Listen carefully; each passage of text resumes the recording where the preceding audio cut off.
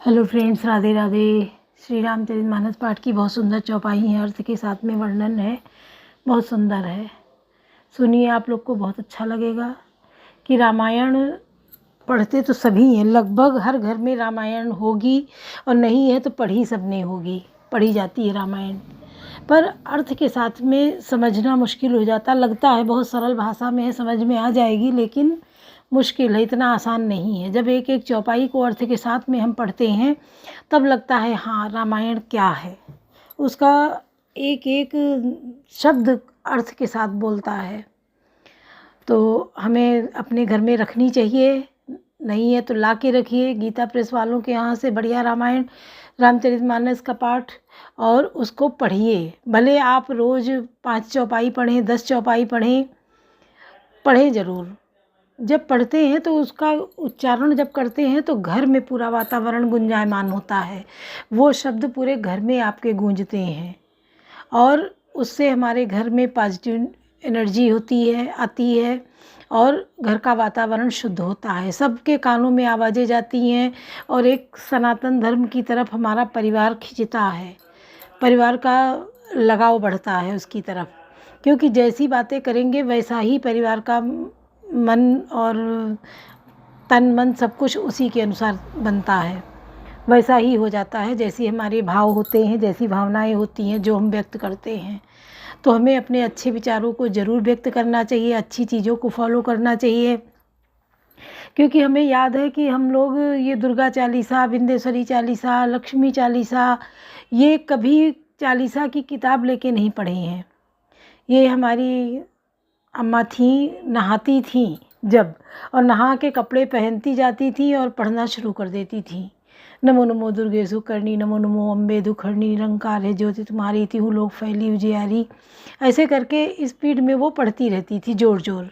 वो हम लोगों के कानों में आवाज़ें आती थी, तो क्या उसी से हम लोगों को याद हो गया, क्योंकि ये रोज़ का उनका नियम था, वो पढ़ती थी और हम लोग सुनते थे, सुन सुन के सब याद हो गया। और कार्तिक के महीने में जब ये तुलसा पूजा होती है तो अब तो खैर रोज़ ही तुलसा जी के पास घी का दीपक शाम में जलता है, और तब इतना नहीं जलता था, तो कार्तिक के महीने में पूरा 1 महीना आरती जलाई जाती थी तुलसा जी के पास, विशेष पूजा होती थी तुलसा जी की, क्योंकि कार्तिक का महीना तुलसा जी के लिए बहुत ही विशेष है। तो जब पूजा होती थी, आरती होती थी, तो शाम में सब भाई बहन हमारे खड़े होते थे, हमारी अम्मा, सब लोग खड़े होते थे और ज़ोर ज़ोर से आरती और स्तुति तुलसा जी की, ओम जय जगदीश हरे हो गई, जो भी हैं। नवरात्र आ गए तो नवरात्र में पूजा हो रही है, सब पहले दिन और आखिरी दिन परिवा और अष्टमी की पूजा सब साथ करते थे। रोज़ की पूजा में जो जब नहाया गया पूजा कर ली, जो नहाया गया पूजा कर ली, ये हो जाता था। और पहले दिन की पूजा और लास्ट की पूजा सब साथ में करते थे, हवन और ये सब पूरा साथ ही में होता था। तो इससे क्या होता है, बच्चों में सब में ये बातें आती हैं, आज ये त्यौहार है, ये पूजा है, तो इसमें ये विधान होता है, इसमें ये सामग्री चाहिए, इसमें हवन होता है, इसमें आरती ही हो जाती है, ऐसे करके। तो हर सनातनी के घर में ये होना चाहिए। हमारे सनातन धर्म को जगाए रखना है, आगे बढ़ाना है, तो उसको कैसे बढ़ाएंगे? हम तो कर रहे हैं पर बच्चों को नहीं बता रहे हैं, और बच्चे इतने व्यस्त हैं कि वो करेंगे नहीं आगे। अगर आप उनको शुरू से लगाए रखेंगे कि भैया 1 लोटा जल सूर्य भगवान को दे के ही जाना है नहा के, तो वो नियम बन जाता है, बिना उसके वो पानी नहीं पीते हैं। बहुत घरों में तो ऐसा है कि चाय पानी नहीं पीते हैं बिना नहा के पूजा किए।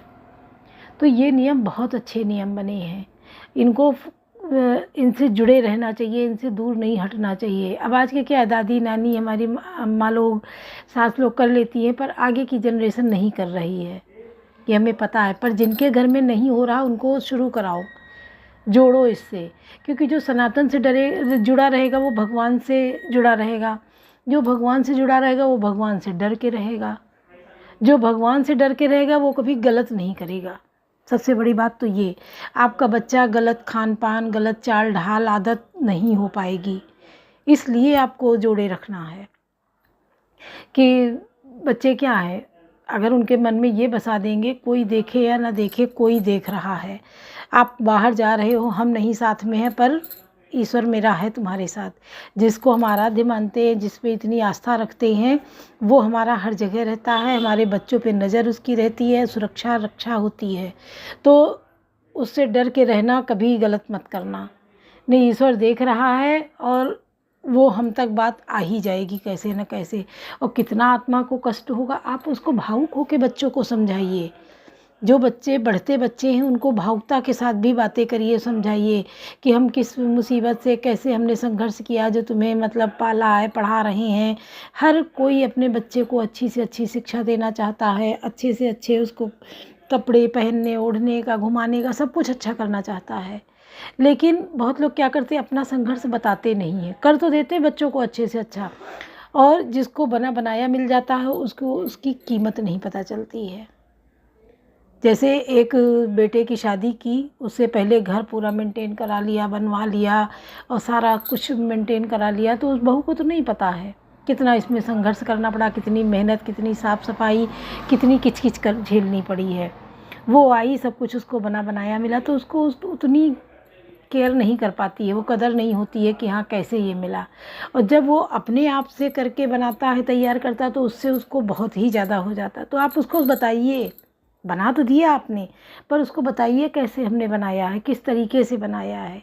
और इसमें शर्म खाने की कोई ज़रूरत नहीं है कि हम बताएंगे तो अरे शर्म की बात है, हाय हम इतने गरीब थे, हम इसको कैसे बता दें। वो एक बड़े घर से आई ना, उसका भी घर गरीब रहा होगा, क्योंकि वो उस समय की सिचुएशन ही ऐसी थी। बहुत कम ही लोग ऐसे हैं कि एकदम से अमीर हुए, अमीर घर में हुए। बढ़ाने के लिए हर किसी को संघर्ष करना पड़ता है। हमें आगे बढ़ना है, बढ़ाना है, तो उसके संघर्ष करना, मेहनत करनी है, बच्चों को करानी है पढ़ा लिखा के।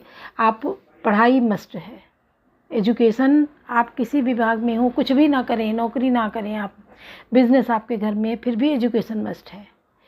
पढ़ा लिखा इंसान, उसकी बातचीत और हो जाती है, तरीका चाल ढाल और हो जाता है, उठने बैठने का तरीका बदल जाता है। और जब वो देखेंगे आप अपने से बड़ों का सम्मान कर रहे हैं, तो वो भी आपका सम्मान करेंगे। अपने बच्चों को भी वो वही भाव भरेंगे, वही सिखाएंगे। बच्चे जब पैदा होते कितनी खुशी होती है, साल भर 2 साल केक काट के कितना खुशियाँ, हमारे एक एक महीने का तो बर्थडे मनाया जाता है। 1 महीने का, 2 महीने का, 3 महीने का, फिर 6 महीने का आधा केक कट रहा, फिर ऐसे करके कितनी खुशी कि हमारा बच्चा जल्दी बड़ा हो जाए। जल्दी बड़ा हो जाए मतलब स्कूल जाने लगे, स्कूल जाने लगे, जल्दी शिक्षा पूरी हो जाए। उसकी जल्दी रहती है बढ़ने की, कि बच्चा जल्दी बड़ा हो।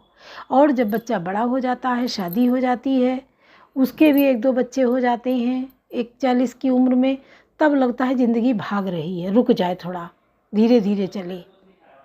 ऐसा लगता है कि नहीं, आप लोग सोच के देखिए, 40 की एज पे लगता है थोड़ा धीरे धीरे उम्र बढ़े, रुक जाए, क्योंकि बाल भी सफ़ेद दिखने लगते हैं और चिंता की लकीरें भी आने लगती हैं, क्योंकि अपने बच्चों की जिम्मेदारियां आना शुरू हो जाती हैं, उनके पढ़ाई लिखाई, एजुकेशन सब कुछ शुरू हो जाता है।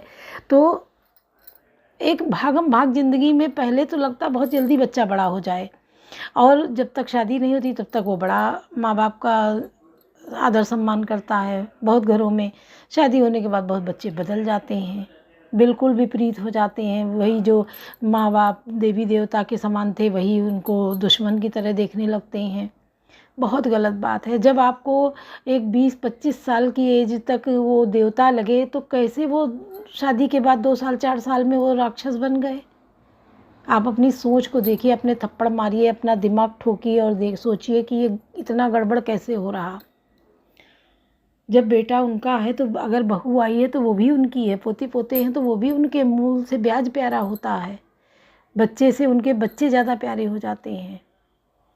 आप अगर ये भाव आपके घर में है, आपके दिमाग में है, तो आप इन बातों को निकालिए, सोचिए, विचारिए और अपने परिवार को समझाइए, अपनी वाइफ को, अपने बच्चों को समझा के उसमें ले आइए। आप बेटे हैं, अगर बेटा सही है तो बहू गलत नहीं कर सकती है, बेटा गलत होगा तो बहू गलत कर देगी।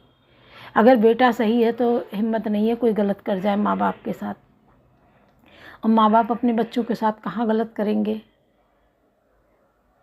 कोई बात हो खुल के बात करिए, अगर कोई बहू के अलग से ना बात करिए, बहू की माँ से बात हो गई, उसकी बुराई सुन ली, अगर बुराई है भी तो सामने बैठ के करो, खुल के बात करो कि तुमने ये गलत किया था, ये नहीं होना था, ये सही है, ये सही होना था।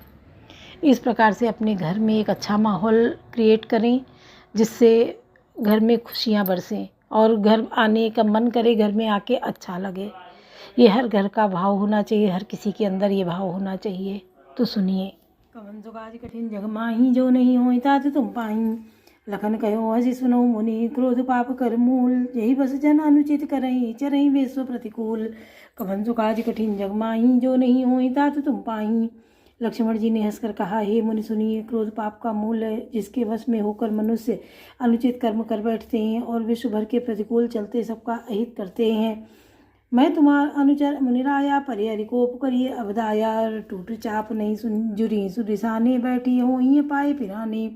हे मुनिराज, मैं आपका दास हूँ, अब क्रोध त्याग कर दया कीजिए। टूटा हुआ धनुष क्रोध करने से जुड़ नहीं जाएगा, खड़े खड़े पैर दुखने लगे होंगे, बैठ जाइए। जो अति प्रीता हो करिए उपाई, जोरिए को बड़ गुनी बुलाई। बोलत लख नहीं जनक डिराही, मस्त करहूँ अनुचित बल नाही। यदि धनुष अत्यंत ही प्रिय हो तो कोई उपाय किया जाए और किसी बड़े गुणी कारीगर को बुलवा कर जुड़वा दिया जाए। लक्ष्मण जी के बोलने से जनक जी डर जाते हैं और कहते हैं, बस चुप रहिए, अनुचित बोलना अच्छा नहीं। थर थर काँपई पुर नर नारी, छोट कुमार कोट बड़ भारी। ब्रह्मपद सुन मुनि निर्भय वाणी, रिस्तन जरई होई बलानी। जनकपुर के स्त्री पुरुष थर थर काँप रहे हैं और मन ही मन कह रहे हैं कि छोटा कुमार बड़ा ही खोटा है। लक्ष्मण जी की निर्भय वाणी सुन सुनकर परशुराम जी का शरीर क्रोध से जला जा रहा है और उनकी बल की हानि हो रही है, उनका बल घट रहा है। बोले राम ही दे निहोरा, बचौन विचार बंधु लघु तोरा। मन मलिन तन सुंदर कैसे, विष रस भरा कनक घट जैसे। तब श्री रामचंद्र जी परेशान जनाकर परशुराम जी बोले, तेरा छोटा भाई समझकर मैं इसे बचा रहा हूँ। यह मन का मैला और शरीर का कैसा सुंदर है, जैसे विष से के रस से भरा हुआ सोने का घड़ा। कवन सो काज कठिन जग माही, जो नहीं होई तात तुम पाई। सुने लक्ष्मण भी ऐसे बहुरी, नयन तेरे रे राम। गुरु समीप गमने सकुची परिहरि वानी वाम। कवन सो काज कठिन जग माही, जो नहीं होई तात तुम पाई। यह सुनकर लक्ष्मण जी फिर हंसे। तब श्री रामचंद्र ने तिरछी नजर से उनकी ओर देखा, जिससे लक्ष्मण जी सब चाकर विपरीत बोलना छोड़कर गुरु जी के पास चले गए। अति विनीत मृदु शीतल वाणी, बोले राम जोरी जुगपानी। सुनो नाथ तुम सहज सुजाना, बालक वचन करिए नहीं काना। श्री रामचंद्र जी दोनों हाथ जोड़कर अत्यंत विनय के साथ कोमल और शीतल वाणी बोले, हे नाथ सुनिए, आप तो स्वभाव से ही सुजान है। आप बालक के वचन पर कान न दीजिए, उसे सुना अनसुना कर दीजिए। बर रहे बालक एक सुभाऊ, ये न संत विदु सही काऊ। ते नाही कछु काज बिगारा, अपराधी मैं नाथ तुम्हारा। वर्रे और बालक का एक स्वभाव है, संत जन इन्हें कभी दोष नहीं लगाते। फिर उससे लक्ष्मण ने जो कुछ काम भी नहीं बिगाड़ा है, हे नाथ आपका अपराधी तो मैं ही हूँ। कृपा को उपबध बंधव गुसाई, मोह पर करिए दास की नाई। करिए बेगी जई बेदिर से जाई, मुनि नायक सोई करो उपाई। अतः हे स्वामी, कृपा क्रोध बध और बंधन जो कुछ करना हो दास की तरह अर्थात दास समझकर मुझ पर कीजिए, जिस प्रकार से शीघ्र आपका क्रोध दूर हो। हे मुनिराज बताइए, मैं वही उपाय करूं। कह मुनि राम जाई ऋषि कैसे, अजब तनु अनुजत उचित अनैसे। के कंठ कुठार नदी ना, तो मैं काह कोप करी ना। मुनि ने कहा, हे राम, क्रोध कैसे जाए, अब भी तेरा छोटा भाई टेढ़ा ही ताक रहा है। इसकी गर्दन पर मैंने कुठार न चलाया तो क्रोध करके किया ही क्या। कवन सो काज कठिन जग माही, जो नहीं हो तात तुम पाही। गर्भ श्रमई अव निपुरवने, सुनि कुठार गति घोर। परसु अछत देखूँ जियत बैरी भूप किशोर। कवन सो काज कठिन जग माही, जो नहीं हो तात तुम पाई।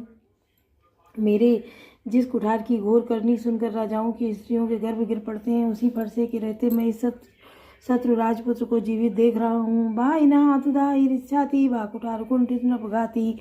भयु बाम विधि बाहु, मोरे हृदय कृपा का सिकाऊ। हाथ चलता नहीं, क्रोध से छाती जली जाती है। हाय राजाओं का घातक या कुठार भी कुंठित हो गया, विधाता विपरीत हो गया, इससे मेरा स्वभाव बदल गया। नहीं तो भला मेरे हृदय में किसी समय भी कृपा कैसी। आज दया दुख दुसा सहावा, सुनि सौमित्र भी हंस सिरुनावा। बाहु कृपा मूर्ति अनुकूला, बोलत वचन जरत जन फूला। आज दया मुझे या दूसरा दुख सह रही है। यह सुनकर लक्ष्मण जी ने मुस्कुराकर सिर नवाया और कहा, आपकी कृपा की वायु भी आपकी मूर्ति के अनुकूल ही है। जब वचन बोलते हैं तो मानो फूल झड़ रहे हैं। जो पे कृपा जनई मुनिगाता क्रोध भय तनुराख विधाता देखो जन घटी बालक एहू कीन चाहत जड़ जमपुर गेहू। हे मुनि, यदि कृपा करने से आपका शरीर जला जाता है तो क्रोध होने से तो शरीर की रक्षा विधाता ही करेंगे। परशुराम जी ने कहा, हे जनक देख, यह मूर्ख बालक हट करके यमपुरी में घर निवास करना चाहता है। बेगी करूँ किन आखिन ओटा देखत छोट खोट न ठोटा बेचे लखन महा कहा मन माही मोदे आँखी कतहु को नाही। इसको सीकरी आंखों की ओट क्यों नहीं करते। यह राजपुत्र देखने में छोटा है पर है बड़ा खोटा। लक्ष्मण जी ने हंसकर मन ही मन कहा, आँख मूंद लेने पर कहीं कोई नहीं है। कवन सो काज कठिन जग माही जो नहीं हो तात तुम पाही। परशुराम तब राम प्रति बोले उर अति क्रोध शंभु सरासन तोरि सट कर से हमारे प्रबोध। कवन सो काज कठिन जग माही जो नहीं हो तात तुम पाही। तब परशुराम जी हृदय में अत्यंत क्रोध भरकर श्री राम जी से बोले, अरे शठ, तू शिव जी का धनुष तोड़कर उल्टा हम ही को ज्ञान सिखाता है। बोलो सियावर रामचंद्र की जय। पवन सुत हनुमान की जय। लाडले लखन लाल की जय।